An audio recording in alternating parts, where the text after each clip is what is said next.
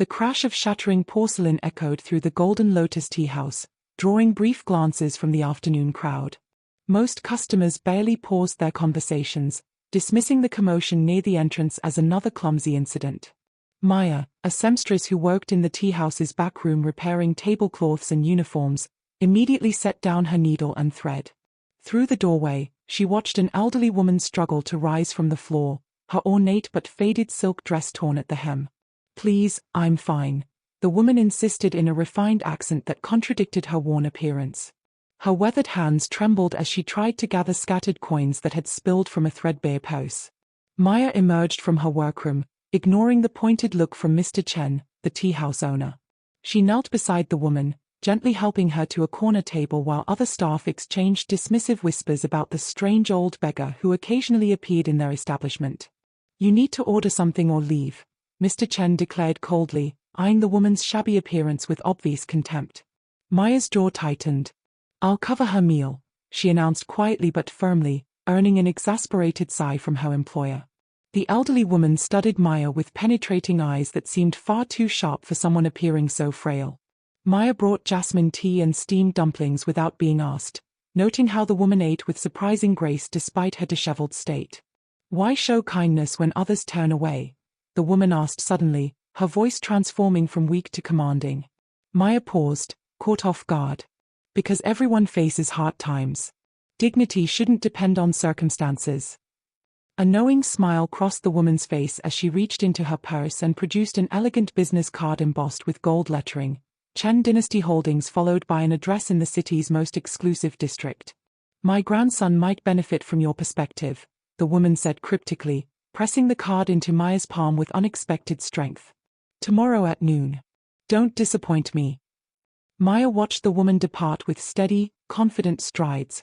All traces of frailty mysteriously vanished. That night, Maya paced her cramped apartment above a noodle shop, the business card seeming to pulse with possibility.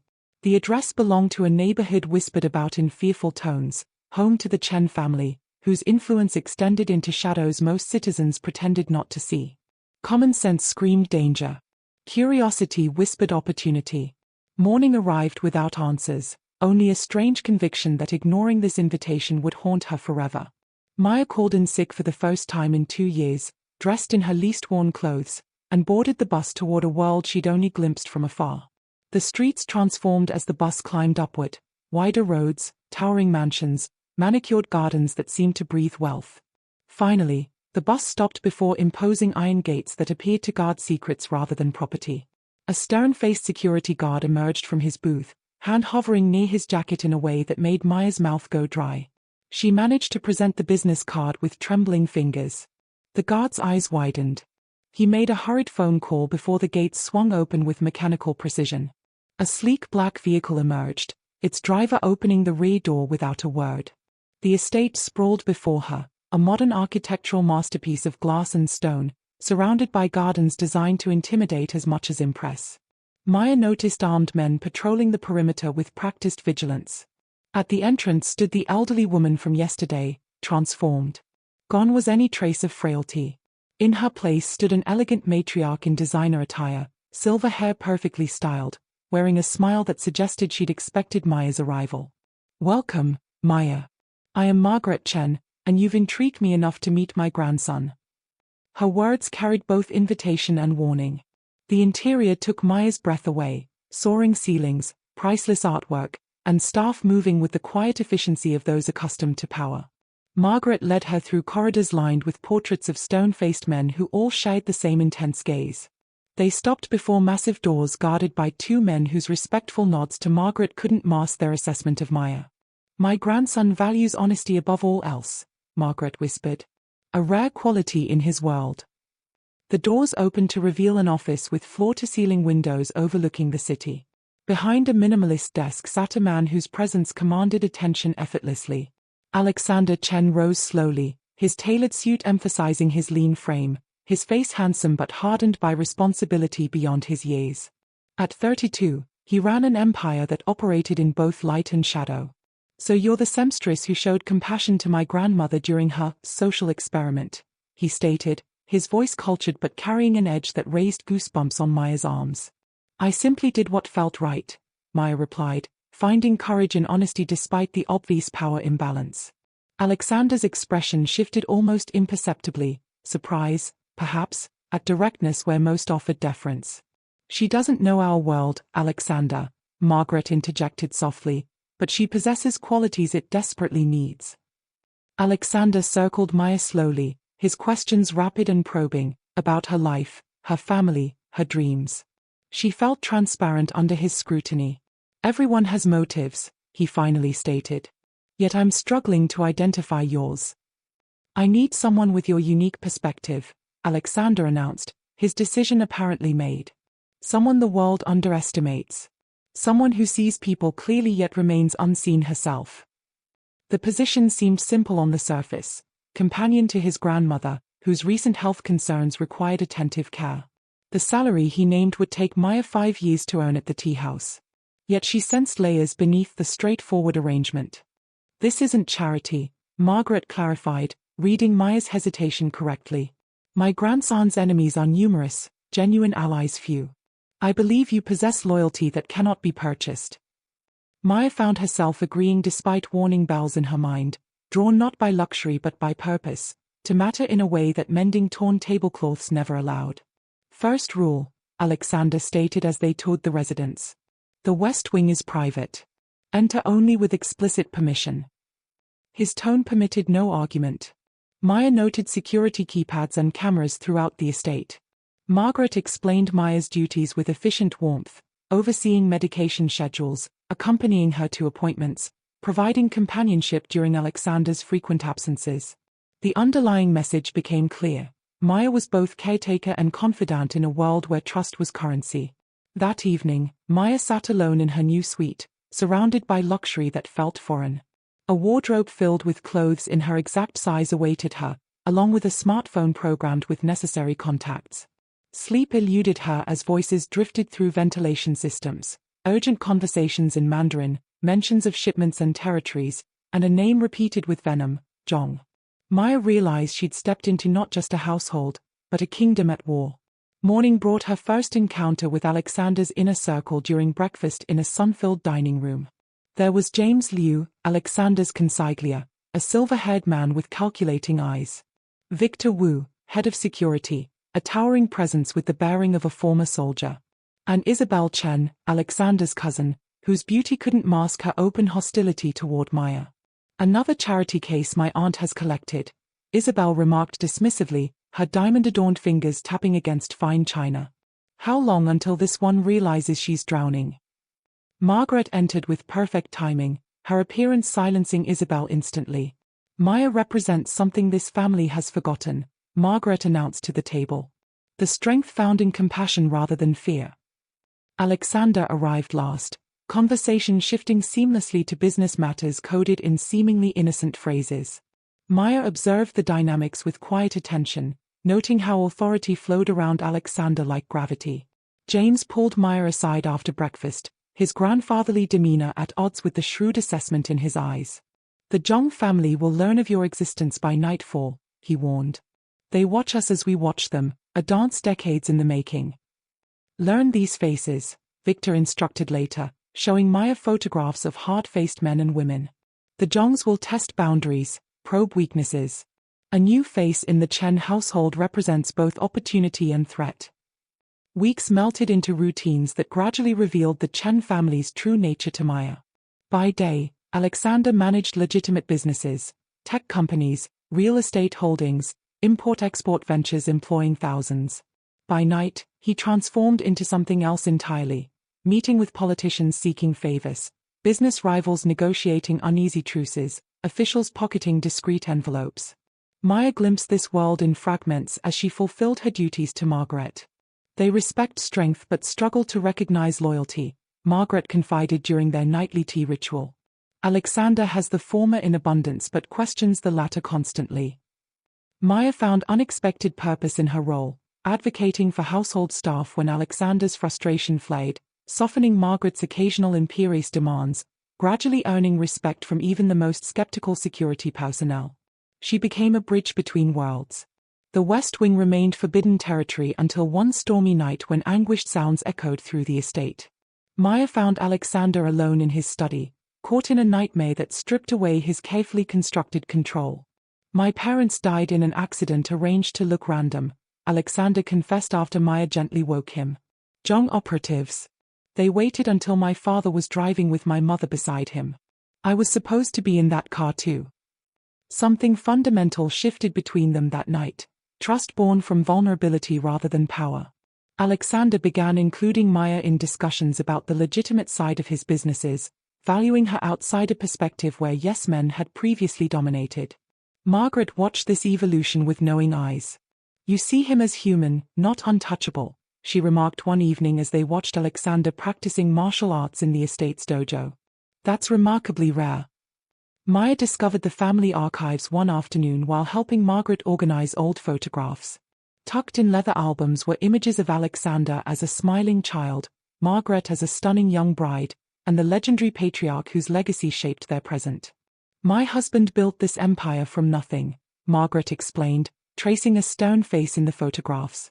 "His father arrived here with empty pockets but skilled hands, facing discrimination that closed legitimate doors and opened shadowed ones instead."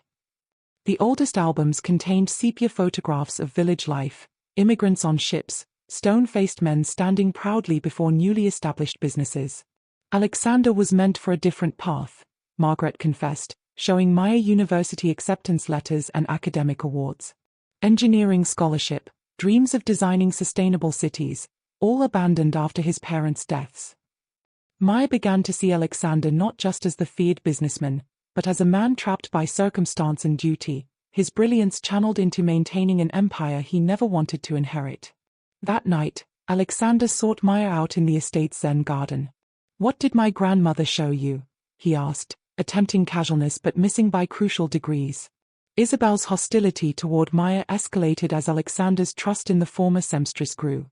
Whispered conversations ceased when Maya entered rooms. Security personnel began escorting her more vigilantly after a falling decorative piece nearly struck her in a supposedly empty corridor. "Watch Isabel," James warned Maya discreetly during one of their chess matches. Her father was passed over for leadership when Alexander's father was chosen as successor. Old wounds that fester. Margaret's health suffered a setback requiring hospitalization, leaving Maya to navigate the estate's dangerous currents alone. Alexander's increased absences coincided with rumors of Zhong family movements in territories previously controlled by the Chens. Maya discovered the surveillance device purely by accident, a tiny camera disguised as a decorative button on a cushion in Margaret's suite.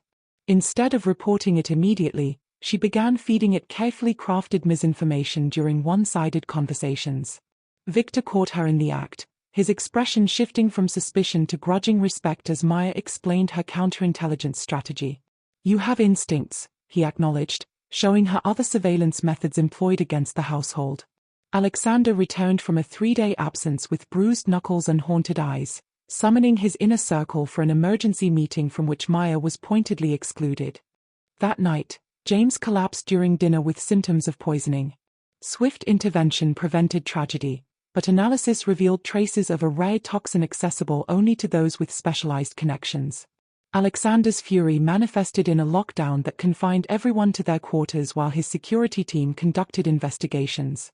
Maya alone retained freedom of movement, her status as relative newcomer paradoxically placing her above immediate suspicion. "Someone believes I trust you implicitly," Alexander explained when Maya questioned her exemption. "They're attempting to make me doubt you or overlook the real threat elsewhere." Classic misdirection. The breakthrough came from an unexpected source. Margaret's driver noticed unusual activity at Isabel's private apartment. Surveillance footage revealed clandestine meetings with David Zhong, the rival family's youngest son. Alexander received this information with dangerous calm rather than explosive anger. "The best trap is one the prey doesn't recognize until it closes," he explained to Maya during a garden walk that covered blind spots in the estate's security cameras. Maya's morning routine was interrupted by the arrival of an unexpected gift, an elegant evening gown with an invitation to the mayor's annual charity gala. The handwritten note from Alexander indicated they would both attend. "It's not just a social occasion," Margaret clarified, inspecting the emerald silk with expert eyes. "It's a declaration. Bringing you into public view means Alexander considers you essential. Isabel appeared uncharacteristically helpful in the days leading up to the gala, offering Maya advice and introducing her to the family's stylist. Each gesture carried undercurrents of assessment. The night before the gala, Maya overheard a cryptic phone call from Isabel's suite. Her limited Mandarin was sufficient to recognize words for tomorrow, Maya, and security gap.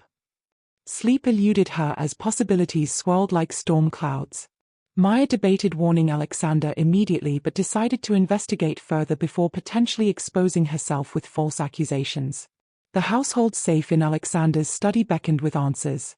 The safe yielded documents detailing offshore accounts linking Isabel to Zhong Holdings, a financial trail of betrayal dating back months. Maya photographed everything with trembling hands. Alexander received her evidence with stone-faced silence, examining each document methodically before meeting Maya's gaze. "You accessed my private safe without permission," he stated finally, his voice devoid of emotion. "I would risk your anger to protect your life," Maya countered, refusing to lower her eyes. "Punish me if you must, but act on this information before tonight becomes a bloodbath."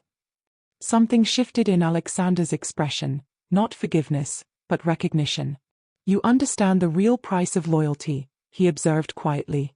The plan formed rapidly. Alexander, Maya, and trusted security would proceed to the gala as scheduled, maintaining the illusion that Isabel's betrayal remained undiscovered.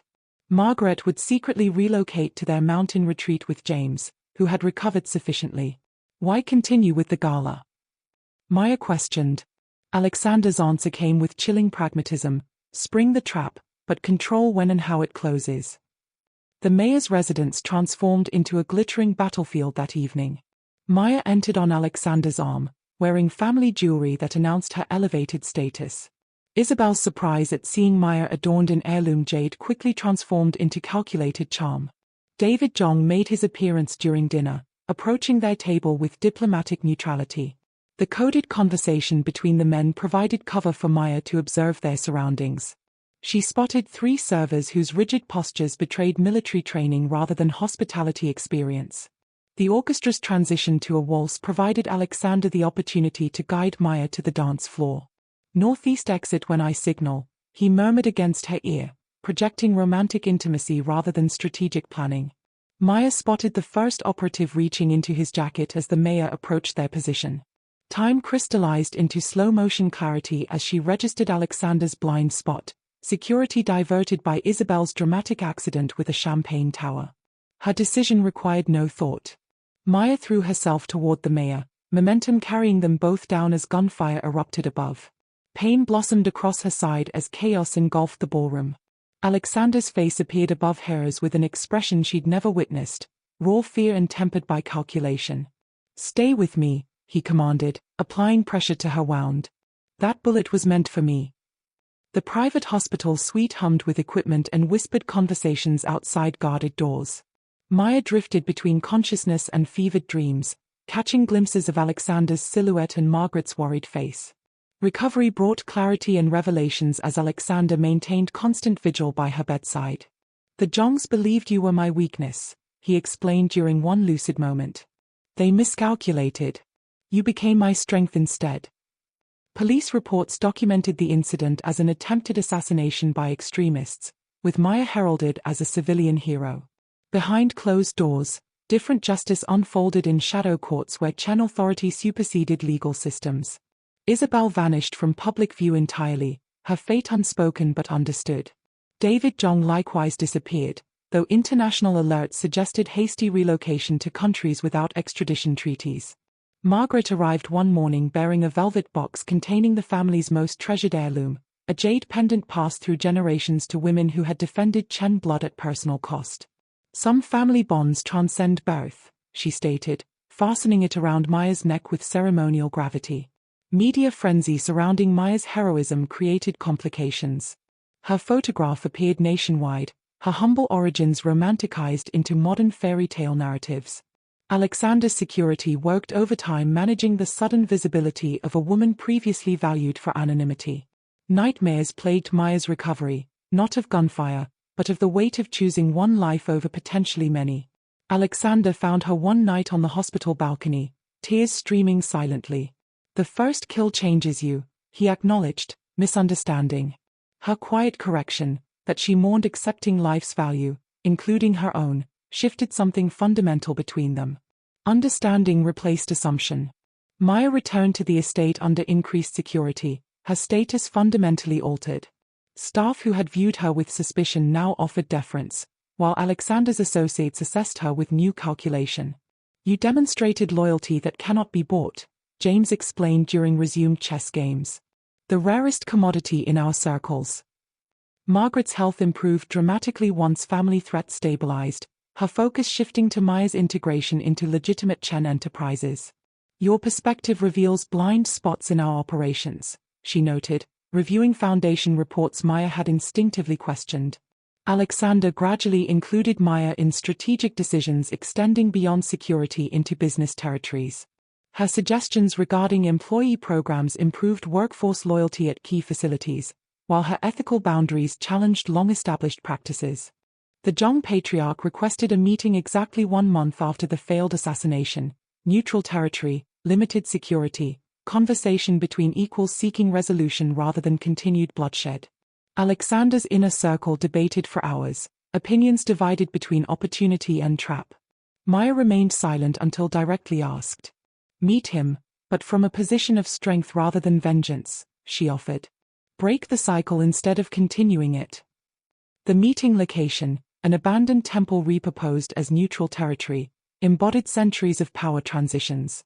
Both families' security teams maintained precise formation, weapons visible but lowered in reluctant truce. Maya noticed Alexander glancing at faded murals depicting reconciliation and judgment, his expression betraying rare spiritual contemplation. Thomas Zhong entered with dignity befitting his 70 years, supported by his son but walking independently despite health struggles. His eyes found Maya immediately. "The seamstress who showed kindness to a stranger," he stated, addressing Maya directly.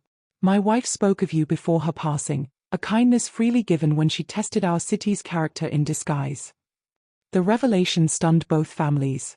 Margaret and Thomas's wife, matriarchs of rival empires, had independently recognized something valuable in Maya's compassion. Negotiations progressed with careful formality, territories redrawn, restitutions established, historical grievances acknowledged on both sides. "My son acted without authority," Thomas admitted, addressing David's conspiracy. "Personal vendetta serves neither our houses." Margaret arrived midway through, despite medical advice. Her entrance transformed the atmosphere from cautious diplomacy to genuine reconciliation as she and Thomas acknowledged decades of unnecessary conflict. "We fought over territories while our true enemies gathered strength elsewhere," Margaret observed, referencing emerging criminal organizations exploiting the vacuum created by traditional rivalries. "Division weakens us all." The agreement required blood oath from both patriarchs, an ancient tradition blending religion with older customs. Maya watched Alexander prick his palm without hesitation, mingling blood with his former enemy while reciting promises in a language older than the families themselves. Afterward, in the temple's garden, Thomas approached Maya directly. "You remind me of someone," he stated, studying her features. "A daughter I lost to illness decades ago. The same spirit that sees beyond surfaces to truth beneath." 6 months transformed Chen Enterprises under Maya's growing influence. Foundations expanded with genuine impact, employee policies restructured to build loyalty through opportunity, community investments creating goodwill previously unimagined. Alexander's gradual withdrawal from certain operations created space for legitimate businesses to flourish, transforming warehouses into community centers and workforce development facilities. Maya oversaw each transition, ensuring displaced workers found placement in new ventures. "You're dismantling and rebuilding simultaneously," James observed during strategic planning. "Few leaders possess vision to transform rather than simply destroy or preserve." The annual charity gala hosted by the Chens showcased the family's evolution. Maya moved confidently through crowds, her background now a strength in connecting with diverse attendees. Margaret's health stabilized enough for limited travel, allowing her to visit ancestral homelands for the first time in decades. Maya accompanied her to villages where old residents welcomed them with unexpected affection. "You've reminded Alexander of our original purpose," Margaret explained. guardians rather than exploiters of our community. Maya discovered her own leadership style during Margaret's absence, direct but compassionate, demanding excellence while providing support, uncompromising on ethics while practical about implementation. Alexander watched her evolution with appreciation rather than jealousy. The Chenjong alliance strengthened through collaborative ventures in technology and trade, creating legitimate pathways for both families to transition questionable assets into transparent enterprises. The tea house where everything began underwent renovation as Maya's first personal project, transformed into a culinary training center offering second chances to those society had dismissed. Mr. Chen, her former employer, ironically applied for a position, unaware of the ownership connection until Maya herself conducted his interview with gracious professionalism that left him speechless. Thomas Zhong's health declined rapidly despite peace, prompting Alexander to arrange specialized medical care without hesitation or expectation of reciprocity. The gesture cemented trust between families more effectively than any formal agreement. The proposal came not with dramatic gestures but practical partnership, Alexander presenting Maya with legal documents transferring partial ownership of Chen Enterprises alongside a simple platinum band. Equal partners in all things, he offered, vulnerability evident in his usually confident demeanor. The private ceremony in the estate's chapel included only family and closest allies, Margaret beaming with pride as ancient vows blended with modern commitments.